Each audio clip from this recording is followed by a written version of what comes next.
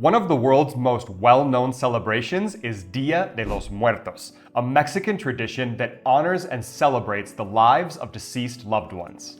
Families build altars with ofrendas, with photos, flowers, food, candles, and other elements. And the idea is to welcome the spirits back to the world of the living for one night. Yeah, I love this tradition because, at least in my family, death is viewed in much more of a sad and mournful way, whereas in Mexico, it's a celebration of memory, love, and life after death. Last year, we had so much fun watching the parade in Mexico City. Yeah, it was absolutely an incredible experience. If you have not yet seen that video, we're gonna leave it here, and we'll also leave the link in the description of this video. But this year, we thought it would be a lot of fun to construct our first altar or ofrenda because Jeff and I haven't done it before. And feel free to use this video to create your own along with us. Yeah, because as we go along, we're gonna explain what each element is and why it's important. So we're ready to get started, and we need to go to the market to get all of our elements. So come along with us.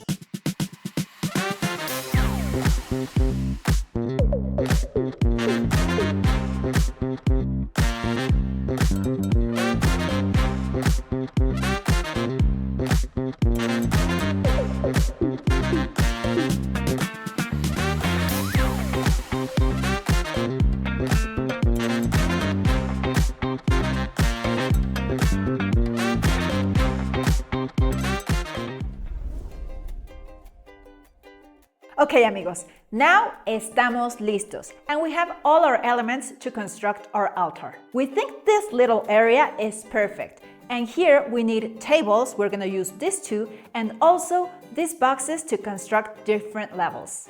And if you don't have any fancy materials, don't let that hold you back from constructing your own altar. You don't need anything fancy or any fancy tables, just use whatever you can. You'll find altars ranging from 1 up to 7 different levels, and we are just gonna do your standard 3-level altar. In this format, the top level represents heaven for religious or sacred items and photos. The middle level represents earth and will be for offerings. And the lowest level represents the underworld and will be for flowers, petals, dirt, wash basin, etc. To cover each of our levels, we can use a variety of cloths or fabrics, and popular choices are black, purple, orange, yellow, and white. Or additionally, we found this Día de Muertos themed fabric to cover the bottom. Okay, so as we go through each element, there's not actually a particular order in which you need to place them, but we're gonna save the best for last, so stick around. First off, we have candles, which represent the fire element and the light that guides the spirits back to the world of the living. You can grab some simple ones like this, or use plastic ones with a light if you're looking for a safer option. Next, we need a simple glass of water. This represents the water element and is used to quench the spirit's thirst after the long journey, and it gives them more energy to also return. Pan de muerto, or the bread of the dead, is a round, sweet bread decorated with bone-shaped pieces. The ball in the center is the cranium, or skull, and these are the bones. This bread is iconic, and its round shape represents the cycle of life and death. Calaveras. These skulls, made entirely of sugar, come in a large variety of sizes and can even come with the names of your loved ones written on their forehead. They add to the color and festivity of the celebration and are a playful reminder of the sweetness of life and that death is part of existence. Next, we place a small dish of salt that symbolizes purification and helps the soul stay protected on its visit. If you don't have a small dish, you can simply sprinkle the salt into a small pile. These bright orange and yellow flowers attract spirits with their color and scent and help them find their way. You can also place petals on the ground to create a pathway leading to the altar. We decided to buy a few sticks of incense like this. The smoke is believed to cleanse the space and lift prayers to the heavens. Okay, now it's time to add food, drinks, and any other offerings that your loved ones enjoyed while they were living. For favorite foods, people may place tacos, mole, chocolate, and other things that the spirit will enjoy during their visit. For favorite drinks, you could include anything from coffee and soda to beer and tequila. With respect to fruit, any fruit works. We're adding guayaba, tuna, mandarin, apple, banana, and an orange. Fruit represents nature's bounty, and it also represents the earth element.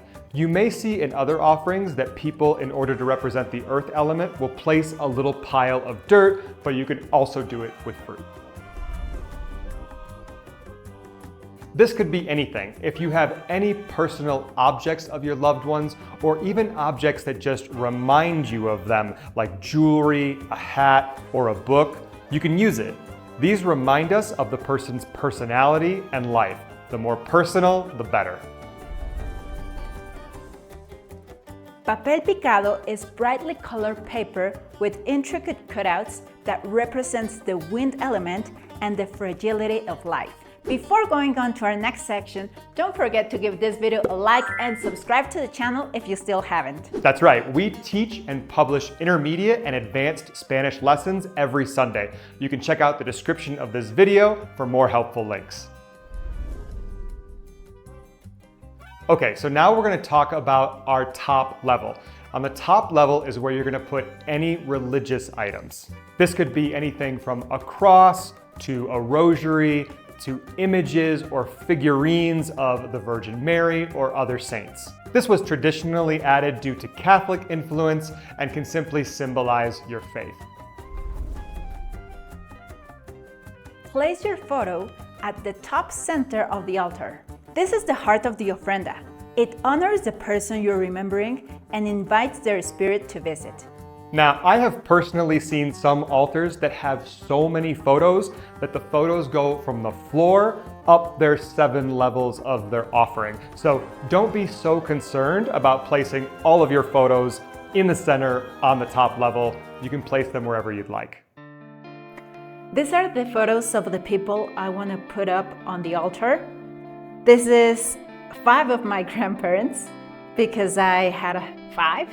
And I only met 4 of them. And these people are no longer here. And also I want to put up some friends that are very important and special to me. And I love them, so this altar is for these people. And I am also going to put up all 4 of my grandparents. My grandma and grandpa on both sides of my family have now gone. I got to meet 3 out of 4 of them. I miss them very much, and so I'm also going to put them up to celebrate and to honor them, as well as my 2 dogs that I used to have.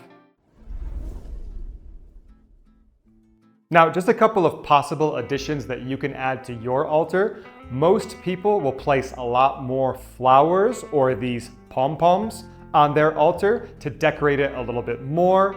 You can also add other types of little images or stickers like Katrina's or the Day of the Dead lettering or something like that. There's also music that you can add, either playing certain songs on a speaker or placing certain musicians on your offering. And one of the best things that I think you can do is actually write a letter to your loved ones and just place it on the altar in a small envelope.